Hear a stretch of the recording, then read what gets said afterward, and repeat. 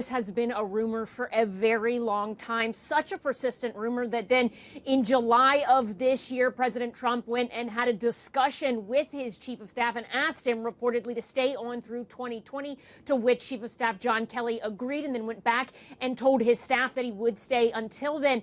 That kind of made the rumor stop for a little bit, but then they picked back up again. And we've been hearing this rumor for quite a while now. Back in November, our chief White House reporter John Roberts reported that President Trump was considering 3 different potential shakeups to his cabinet staff, and that Chief of Staff John Kelly was one of those potentially being discussed. But again, after months of rumors, perhaps whispering back and forth of if this would happen, President Trump finally saying today that it will happen, and it'll happen at the end of the year. Take a listen.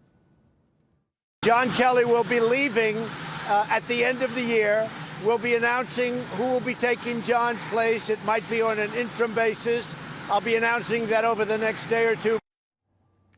Vice President Mike Pence's chief of staff, Nick Ayers, has long been rumored as the most likely or top contender for replacing Chief of Staff John Kelly. Again, Fox's John Roberts reported back in November that when these potential changes to the cabinet were being discussed, that Ayers is a name that came up, that Ayers is someone who is respected at the White House. They think he's a smart manager and good political operative, and someone that President Trump likes quite a lot. Obviously, we heard from President Trump there that the next person appointed could just be on a temporary basis. But if you guys remember, in just this last month, just a couple of weeks ago, Fox News Sunday, Chris Wallace sat down with President Trump. He asked him about that plan that was made back in the summer to keep Chief of Staff John Kelly until 2020. And President Trump seemed to throw some doubt into that timeline when he spoke with Chris Wallace.